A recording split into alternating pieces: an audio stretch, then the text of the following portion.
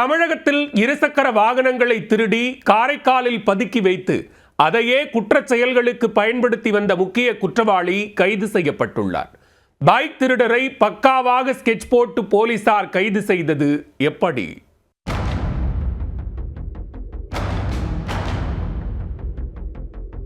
சாலையோர சிசிடிவி கேமராவில் பதிவான இந்த காட்சியில் முகத்தை மறைத்தபடி நடந்து செல்லும் இந்த நபர்தான் இருசக்கர வாகனங்களை திருடுவதில் ஸ்பெஷலிஸ்டான அப்துல் ரகுமான்.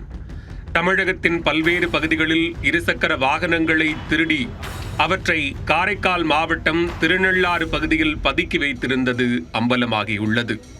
பல நாள் பைக் திருடர் தற்போது சிக்கியது எப்படி?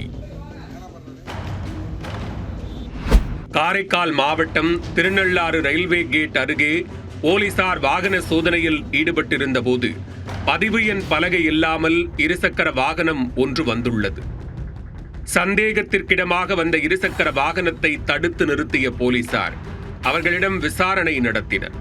விசாரணையில் அந்த வாகனம் அண்மையில் திருநள்ளாறு பகுதியில் திருடப்பட்ட இருசக்கர வாகனம் என்பது உறுதியானது. அந்த வாகனத்தை ஓட்டி வந்தவர் காரைக்காலைச் சேர்ந்த அப்துல் ரகுமான் என்பதும் தெரிய வந்தது. தொடர்ந்து நடத்தப்பட்ட விசாரணையில் செங்கல்பட்டு மற்றும் சென்னை பகுதிகளில் இருசக்கர வாகனங்களை திருடி கைவரிசை காட்டி வந்த திருட்டு ஆசாமி இவர்தான் என்பது தெரிய வந்தது. திருடிய இருசக்கர வாகனங்களை திருநள்ளாறு பகுதியில் பதுக்கி வைத்திருந்ததும் கண்டுபிடிக்கப்பட்டது. திருடப்பட்ட வாகனங்களை வந்த விலைக்கு விற்பது இவரது ஸ்டைல் இல்லை. திருடப்பட்ட வாகனங்களை மற்ற குற்றச்சம்பவங்களுக்கு பயன்படுத்துவதுதான் இவரது நோக்கம் என்பது விசாரணையில் அம்பலமானது. இதனையடுத்து திருடப்பட்ட 3 இருசக்கர வாகனங்களை பறிமுதல் செய்த போலீசார் அப்துல் ரகுமானை கைது செய்து காரைக்கால் மாவட்ட நீதிமன்றத்தில் ஆஜர்படுத்தி சிறையில் அடைத்தனர். அப்துல் ரகுமான் மீது காரைக்கால் மற்றும் தமிழகத்தில் கொலை முயற்சி, கஞ்சா விற்பனை உள்ளிட்ட 10க்கும் மேற்பட்ட வழக்குகள் நிலுவையில் உள்ளதாக போலீசார் தெரிவித்துள்ளனர்.